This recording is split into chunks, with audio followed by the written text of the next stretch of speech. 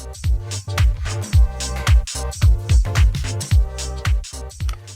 guys, we're going to do a painting tutorial today. What you see here is the sergeant of my Grey Knight squad. I've just primed them black, and the first thing we're going to do is we're going to give them a full layer of lead belcher. So I'm going to paint that on now and we'll be right back. Okay guys, I've applied a layer of lead belcher to the whole model.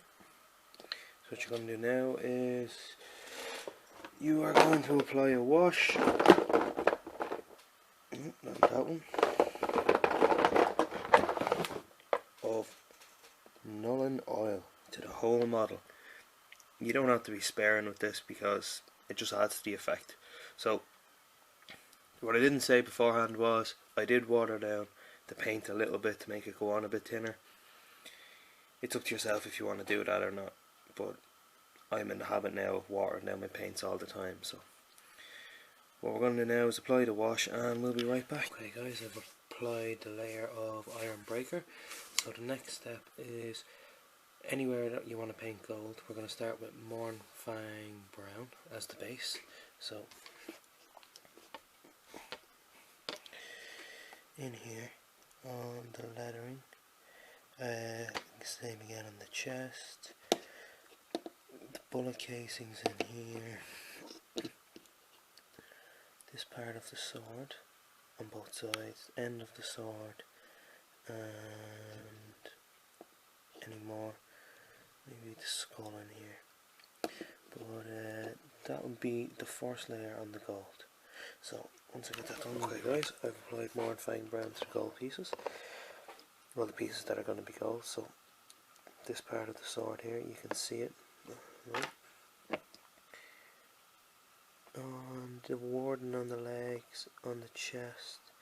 Now what I also done was I used Mournfang Brown as the base coat for our Purity Zeus and the book on the shoulder pad and the skull, because we want to paint that gold. But the next step for the gold is going to be weapon bronze layer over all the gold parts again. So we'll get that done and we'll be right back guys. I've applied a layer of weapon bronze to the bits that we want to be bronze. So you can see here in the ammo, the bullets and the sword and the writing on the legs and on the chest. So we're going to use another army painter war paint Greedy Gold now and do the same thing again. So once that's done, we'll be okay guys, we have the Greedy Gold layer done now on the sword. It's not even the hilt. Well, that bit of the sword, the writing, sorry, again, and the bullets there. And I also done the skull in the back, which you can see there. Now, I'm going to use some Citadel Dry Golden Griffin. A very light dry brush. Oh, that's not good. Dry brushing around the edges of the. It's like the little power box. You can see it there. I'll try and do a dry brush in on the writing. I might even just use this brush here and put a small bit on it and just kind of drag it across to highlight it up. And once that's done, we're going to start on the next part. Okay guys, I've done the layer of Greedy Gold. Now, you may notice from watching the earlier parts, see if I can, the gun casing has been painted black. I did say I was going to do this, but unfortunately my Games Workshop Abaddon Black leaked in my box that I use for painting when I'm on the go. So I paint on my lunch and work, and the contents of the pot poured out and dried in the box, so I'm out of black paint. There was a small bit of it left and I was using it to paint the rest of my Grey Knights weapons, and I just said before the paint dries up and I've none left, I'll paint the casing of the gun. Now on all of the other Grey Knights I also painted, see if I can focus it in, the strap that the gun is on the wrist by. I painted that black as well, and it's just watered down Abaddon black in one thin layer over the gun case, and any other bits you want to be black on the gun, and that's it.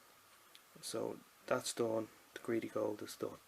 Now I'm going to start on the shoulder pads. So ceramite white as the base for this one, and Mephiston red for the base for this one. So I'm going to apply them base layers and we'll be right back. Now, as you can see, there's a white shoulder pad and a red shoulder pad. The red one came out quite smooth, which I was happy with, but I don't know what it is about Games Workshop's base ceramite white. When you water it down, it seems to be getting, let's see if I can focus it in a bit more. Let's see if you, okay, maybe you can't, but there is some brush strokes no matter how thin or how thick you apply it. So I just applied 2 layers of the white scar there to try and build it up a bit more. We're going to use, or not white scar, ceramite white, and now we're going to use white scar to build that up more, but I think the red is okay on its own with the way it is. So we're going to apply white scar onto the white shoulder pad, and we're going to use some corn red for the purity seals, for the wax stamp on the purity seals. There's a couple of them around on this guy, them two, these two. I haven't decided how I'm going to do the cloak yet, so that might be one of the last stages, but for now that's what we're going to do. So white scar on the shoulder pads and corn red on the purity steel wax stamps. So I'll see you in a second, guys. Okay guys, I've applied 2 layers of white scar to the shoulder pad as well, and the corn red on the purity seals. Now, as well as the purity seals, any inquisitional symbols, I suppose you could say, such as the red eye here, I painted with corn red as well. Now this is the only one that I can seem to find on this model, but yeah, we're going to paint them corn red as well. So after that, what we do next?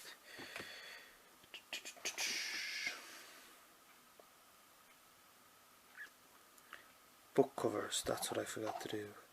Book covers are to be done in corn red. So you see the silver piece here? All around that needs to be done corn red, but carefully enough so that we don't touch our Mephiston red. So we're going to do that corn red. I think that's the only book that he has. Some of the other models had books here on their chests and different bits and bobs. So we'll paint that corn red, and we'll start building up some colour on our purity seals and scriptures. I don't know what way I'm going to do the shoulder pad one just yet. So we're going to use corn red on, did I say corn red?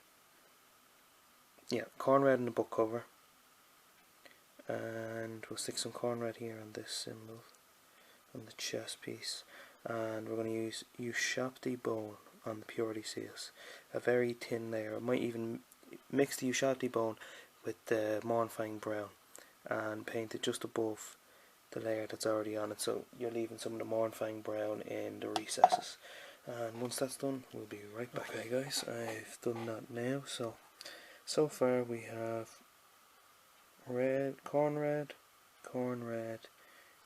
on the purity seals and the shoulder pad. I used the same mix of Ushabti bone and Mornfang brown that I used for the purity seals. That mix was also used as the pages on the book, and that's it so far. So what I'm going to do now is use pure Ushabti bone and highlight all the raised edges on the purity seals and edge highlight the book, and that's it for them, and we'll move on to the next part. So we'll be back in a second. I have done the highlighting bit of Ushabti bone on the purity seals. Let's see if we can get them in the shot there, and I've done it on the book as well and the other purity seals. So what I'm going to do now is use some Citadel Troll Slayer orange, just a thin layer on the edges of the purity seals all around, and on the edges of the chest and the inquisitorial red eye on the gun. And once that's done, we're going to do an edge highlight of Krag blue around the casing of the gun, so that when it's finished,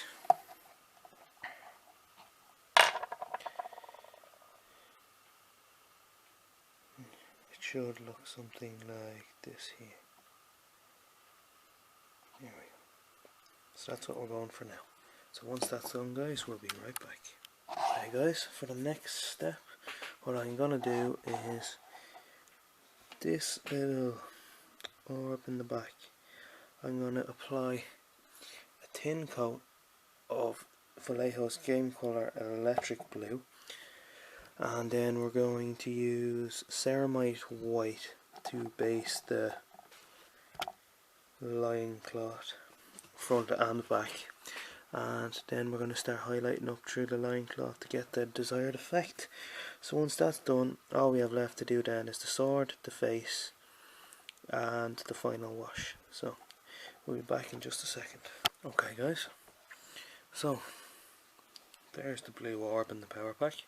Now we're going to use a Dragunov Nightshade wash at the end to kind of tie all the metallics together, and that will work well with this blue here. And as you can also see, we have a white cape, loincloth, whatever you want to call it. Now looking at the box that it came in, it's like there's a light brown in the recesses of the cloak. So what I'm going to do now is I'm going to use Agrax Earthshade as a wash on the cloak to give it that brown, and from there we can start highlighting up. And I'm going to start with Citadel Colour. I don't even know if they make these ones anymore. I think these may be some outdated ones. Dark Flesh, and that's going to be the base tone for the skin. So Agrax Earthshade wash on the cloak, and then the Dark Flesh for the face, and we'll be back then to continue the video. So see you in a second, guys. Okay guys, so now the wash is dry on the lion cloth. I don't know if you can see it properly with the light. It's almost the colour of tea, and I quite like the way it's gone on. The wash is dried. It hasn't dried. It didn't go on as well there at the back. But let's have a look at what we're trying to achieve here. This cloak here is what we're trying to achieve. So what I've been thinking is I'm going to try and mix some white scar with the Agrax Earthshade wash and start painting that on and see how that goes. I think it's going to work. So fingers crossed anyway. And we're going to use some Bookman's Glow as the next layer of flesh. So once that's done, we'll be okay guys, that's done. Now the lion cloth was done with the Agrax Earthshade white scar mix, and I quite like how it's turning out. So what I'm going to do is add more white scar to the mix and come up another bit, and then I'm going to use just a little bit above the wash, about here, about there, and then use pure white scar as an edge highlight on all of this. And we're going to mix Bookman's Glow with Ungor Flesh, if I could find it. There we go. Ungor Flesh, and we're going to start applying a layer of that to the raised areas of the face, leaving the Bookman's Glow in the recesses. So once that's done, we'll be right back. Okay guys, so we've done that now. This is what the lion cloth looks like. So I'm pretty happy with that. I just need to highlight it up. And I'm going to add more Ungor Flesh into the mix of the Bookman's Glow and do another layer. Excuse me. Whoops. And do another layer on the face. Sorry about that guys. So we'll be back in a second. Now, same thing again. I'm just going to apply another small bit of Ungor Flesh into the mix, and that's going to be the final highlight on the skin. As you can see, he's lost his hand, so I'm going to do a separate video on how to paint the power sword, because this video will be quite long as it is. And that's it really. just the blue wash then. So we'll get the flesh done and we'll be right back to talk about the wash. Okay guys, I'm finally finished this model. Now, I used the Ungor flesh and I continually added more to get a lighter colour for the extreme highlights on the facial features. Now if it focus, you could see that I've done the pupils white and used a very fine, there we go, very fine tip black pen and just dabbed in to give him his eyeballs are white and his pupils are black, and the sword still has fallen off. So this is the end of this video now. As soon as we apply the blue wash, I forgot all about that, Dragunov Nightshade, quick wash to all the metallic parts and then we'll be back. Okay guys, I've applied the last piece to the model now, which is the blue wash. So see if we can get it to focus or not. If I turn the camera on, that's a bit better. You can kind of see the blue metallic twine coming off it. See if we, there we go. So all I have left to do now is this, which will be done in a separate video, and I'll get that done tonight and post it as soon as I get the painting tutorial for this guy posted. So stay tuned for that, and thanks for watching guys.